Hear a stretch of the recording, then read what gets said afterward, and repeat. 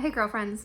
So I got a question from one of my girlfriends the other day about extracurricular activities, and I thought I would share. So basically what's happening, we have a couple who is divorced, they're co-parenting, they have a couple kids in common, but only one is the subject of this particular dispute. So what dad is doing is on his parenting time, he has signed the kid up for an extracurricular activity, and he has asked that mom not come to any of the practices or matches or anything associated with that activity.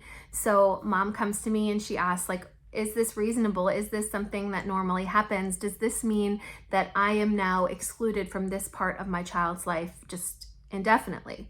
And I have an answer for her, and I have an answer for you.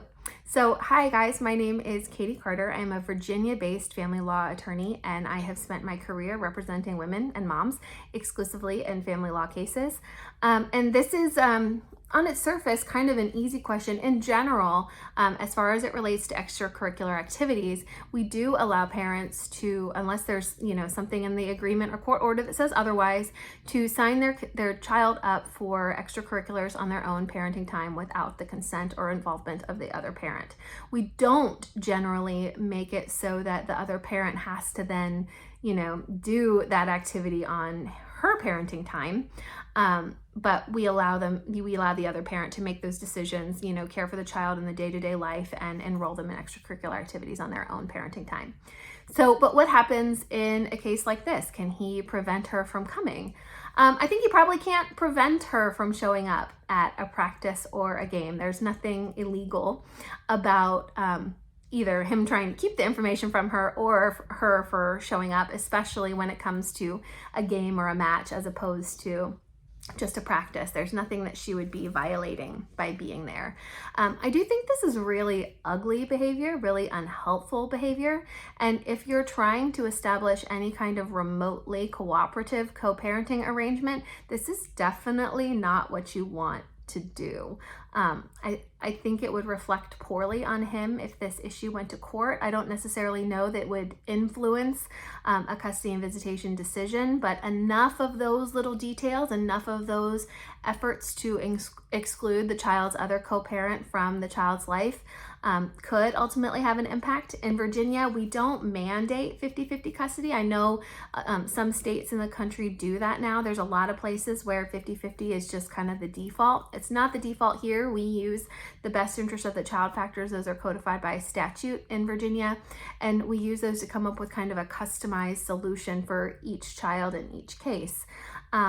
So enough of those things could show the court that the child's other parent, in this case dad, is not willing or interested in co-parenting with the mother.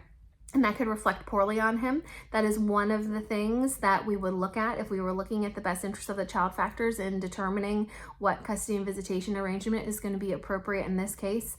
I mean, and like I said, just this one thing, this one extracurricular is probably not going to rise to the level that it warrants a change in custody, but enough of those little things ultimately could.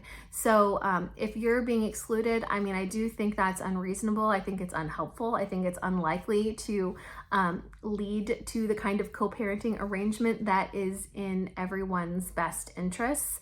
But I do think he's okay to sign the child up. He's okay even to try to exclude you, but you're welcome to show up.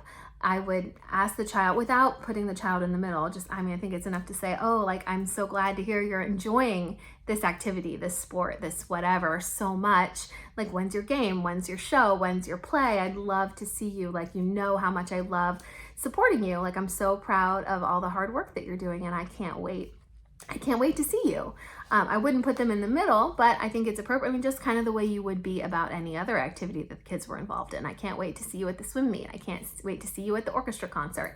I can't wait to see the school musical. I can't wait to see your wrestling match. Whatever it is, I do think you will eventually start to get that information. So maybe don't show up at practices, but I wouldn't, if it were me, I wouldn't be missing my kids' games or matches or performances just because my co-parent was trying to keep me out. I would, though, keep my distance. I would try to be respectful. If he's there with a new wife or a new girlfriend, or, you know, blended family kind of situation, I wouldn't make a scene, but I also wouldn't miss it. So it's important to make sure that, you know, when shots have been fired, you don't retaliate by going just completely scorched earth. Still try and keep in mind the reasons that he might want to exclude you, and be respectful of that. You know, keep your distance. Don't distract. Just try to be there quietly, casually, to support your child. And I think that will reflect well on you while his choices, if these are his choices and continue to be his choices and it becomes a pattern of choices, don't reflect nearly as well on him.